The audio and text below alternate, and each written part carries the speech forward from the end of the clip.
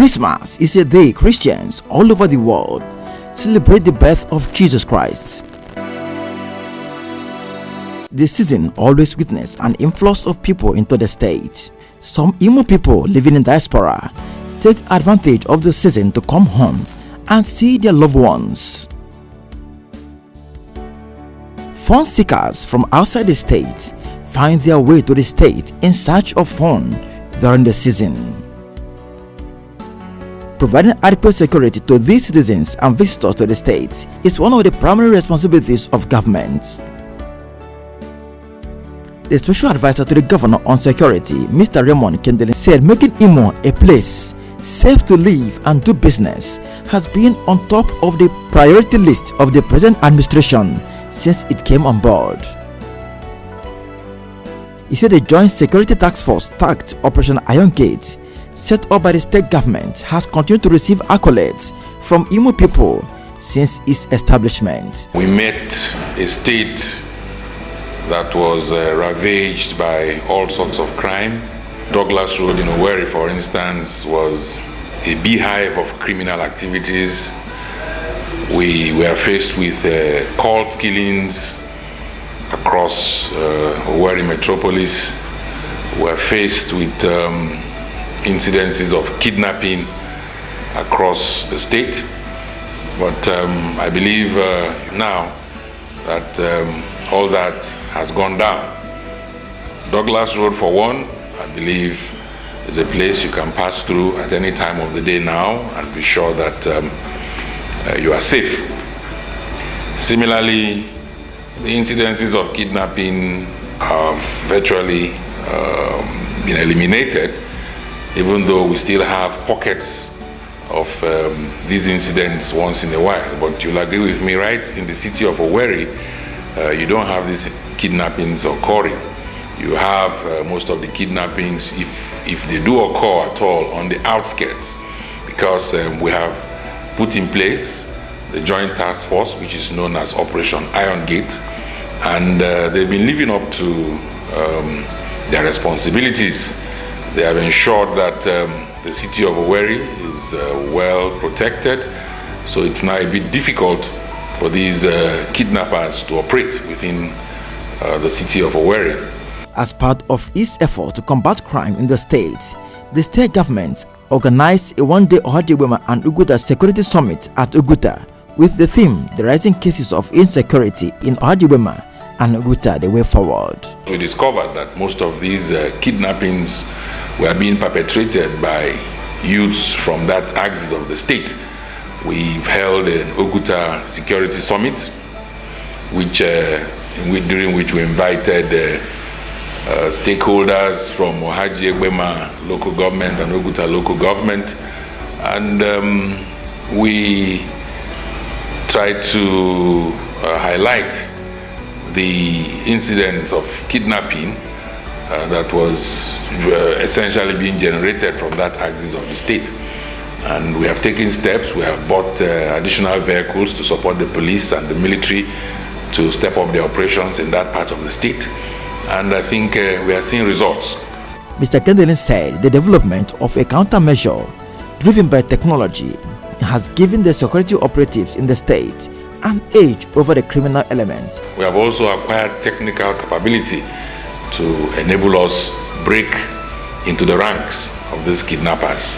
You know, most of the crimes these days are telephone based. So if you must break into their ranks, then your countermeasures should be driven by technology. So we are not relenting in our efforts to acquire requisite technical capability to be able to break into the ranks of these criminal elements in the state. He said the operations of the security operatives in the state are not limited to Owerri alone, adding that their presence is also felt in every part of the state. Various zones in the state, you have different crimes that are predominant in those areas.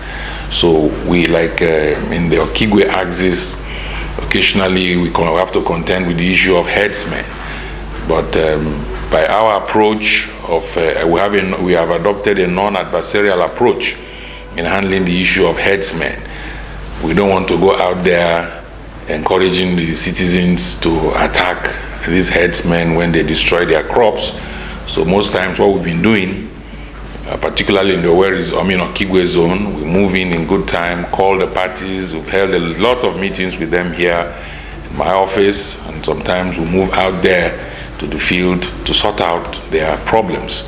So in the Olo area too, we've noticed, well, some incidents of herdsmen crisis and occasional incidents of kidnapping. So we have spread out, like what Operation Iron Gate is all about, is dominating the whole state in terms of security. So what the method they have adopted now, among others, is an Aberdeen system of what we call the Aberdeen system of patrol. So they move around, different parts of the state to make sure that their presence is felt everywhere. Now, in the weeks and the months ahead, we'll be seeing greater presence of Operation Iron Gate across the state. The special advisor to the governor on security gave insight on the plan set up to beef up security in the state during the Utah period. We've asked the Commissioner of Police to set up a committee to identify all the black spots in the state, because we know that one of the arrests we made recently, we discovered that kidnappers had acquired a new den in the forest where they said they would be using for kidnappings during the Yuletide. But as God would have it, we were able to arrest them before then. So we know that with the Yuletide approaching, that these criminals will be up and about to really unleash their trade on citizens of the state, particularly those who will be coming from abroad for Christmas and all of that. So we're not resting on our oars.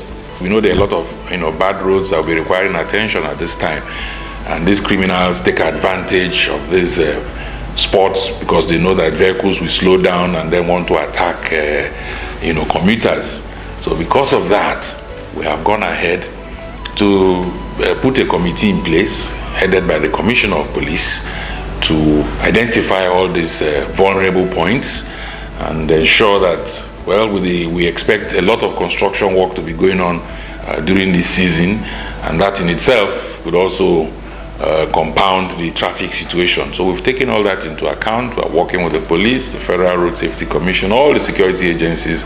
They're all working together to ensure that these criminals do not have a field day during this Yuletide. A cross-section of Imo people who spoke to the Build Imo project crew on the streets of Owerri, Imo State capital, bear their mind on the security situation in the state.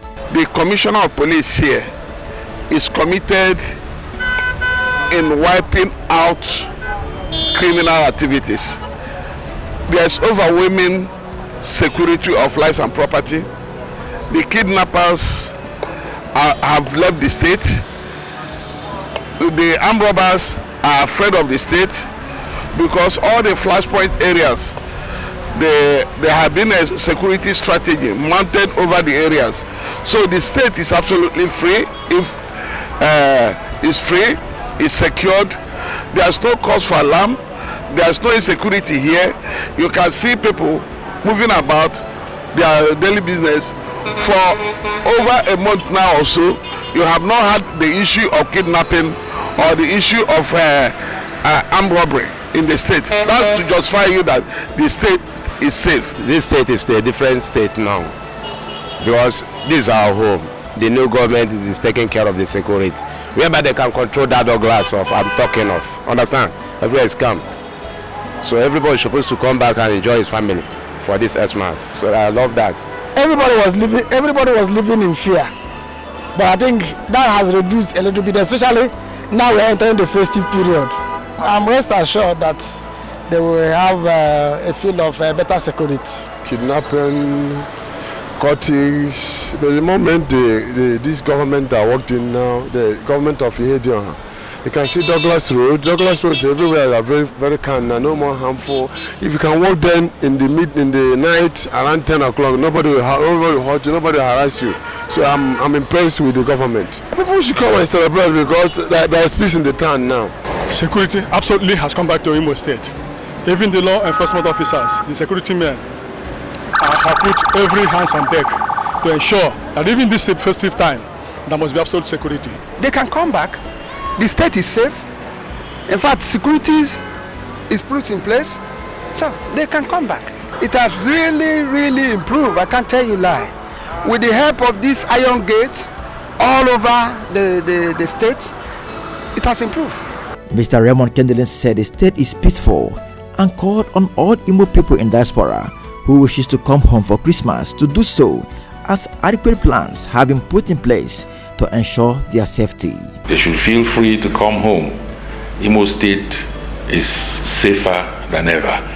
We are up to the task, and we're assuring them that the level of criminality, we have tackled it in the state, and they can be sure that they will come home and they will return back safely. He further advised Imo people to be security conscious and always provide useful information to security operatives by dialing 112. No matter what security we provide for you, the one you provide for yourself is the best. You don't just go about behaving as if you don't have any responsibility for your own security. You must be security conscious. You don't take things for granted.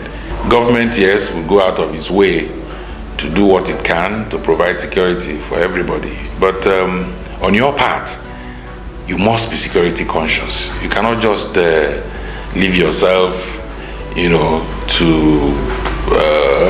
all sorts of vices. You must take steps to protect yourselves too. So once you call the number 112, whatever emergency you are having, be it fire, be it kidnap, be it robbery, be it medical situation, accidents, whatever, just call the number 112. There will be an operator there to listen to you and attend to your problem. One of the things we've done is to activate that center to work with the National Communications Commission to ensure that that center lives up to expectations.